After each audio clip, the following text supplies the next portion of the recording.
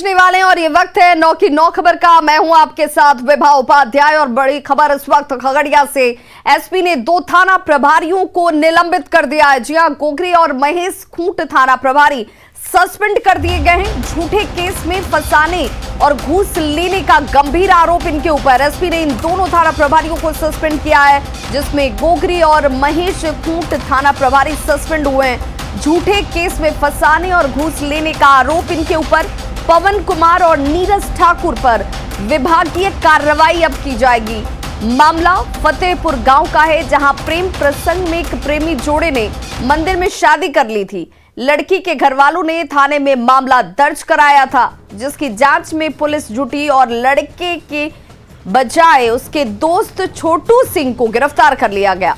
छोटू सिंह को महेश खूंट थाने लाया गया और इसी बीच फरार प्रेमी जोड़ा भी पुलिस को मिल जाता है और दोनों का कोर्ट में बयान दर्ज कराकर छोड़ दिया गया।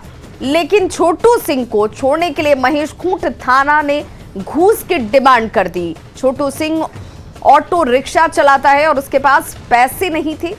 इसके लिए उसने केस यहां पर महेश खूंट थाने को रुपए देने से इनकार किया, लेकिन महेश खूंट थाने को इस शख्स की तरफ से रुपए भी दिए जाते हैं। इसके बावजूद उसे छोड़ने की बजाय महेश खूंट थाना ने छोटू को गोगरी थाने के हवाले किया, जहां आरोप है कि गोगरी थाना प्रभारी पवन कुमार ने मनगढ़ंत एफआईआर लिखी।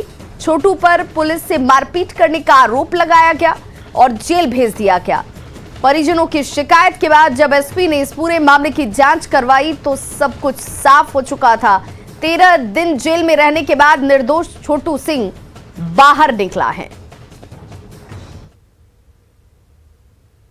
से लाके उनके बाद पूछताछ के बाद जो है पैसे उसी रकम लेके 25,000 रुपये लेके उनको बाद में गोगरी थाना को सौंप दिया गया और गोगरी थाना जो एक फर्जी तरीके से फतेहपुर हाहाधार का घटना दिखाकर इन्हें एक साजिश के तहत इन्हें जेल भेज दिया। केस बना के झूठा केस बना के फिर भेजा हमको जेल भेजने के बाद हम वहाँ रहे हम 13 रोज के बाद निकले और जो कर्ज पे रुपया उठा के लिए हैं वो हमको किसी तरह इंसाफ मिल जाए। और क्या, ये सस्पेंड से आप खुश नहीं हैं? सस्पेंड से भी खुश हैं। मेरा ही हुआ, लेकिन मेरा अन्याय नहीं हुआ। हम कर्ज पे लेके रुपया दिए हैं, वो तो होना चाहिए कुछ। दोनों ही थाना प्रभारियों को सस्पेंड किया जा रहा है, उन पे विभागीय कार्रवाई स्टार्ट की जा रही है और जो है वहां पर अन्य पदाधिकारी प्रभार में रहेंगे।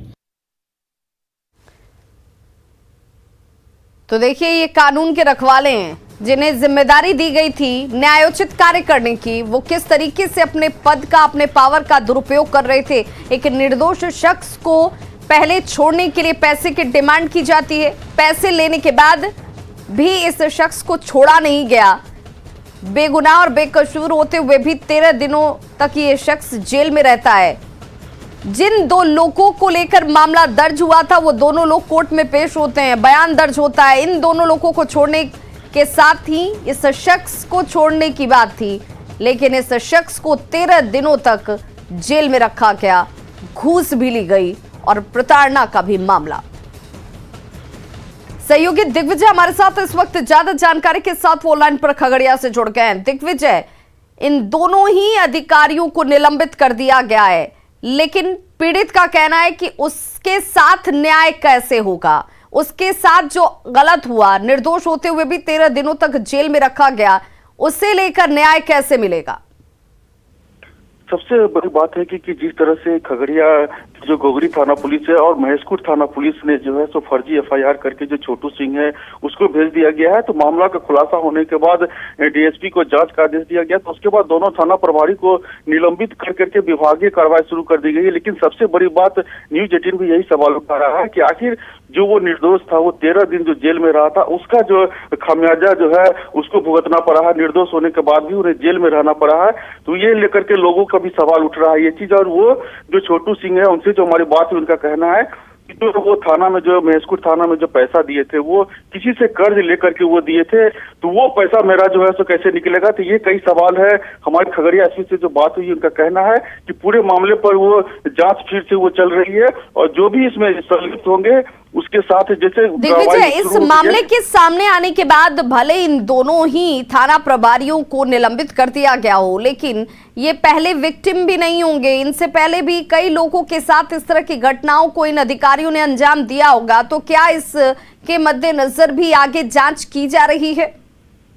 जी, सबसे बड़ी बात बता दें कि जैसे ही ये मामला का खुलासा हुआ, दोनों जो थाना प्रभारी को जो निलंबित किया गया था, उसके बाद स्थानीय लोगों का ये कहना है कि पिछले महीने जो गोगरी थाना पुलिस है 75 से अधिक केस एक महीने में दर्ज की है।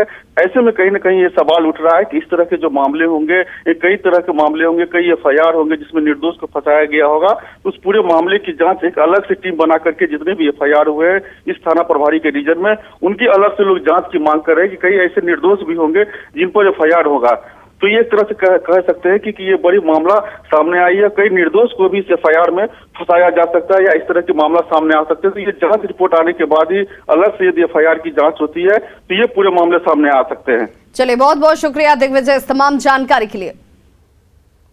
तो देखिए, मामला एक ही नहीं है, एक और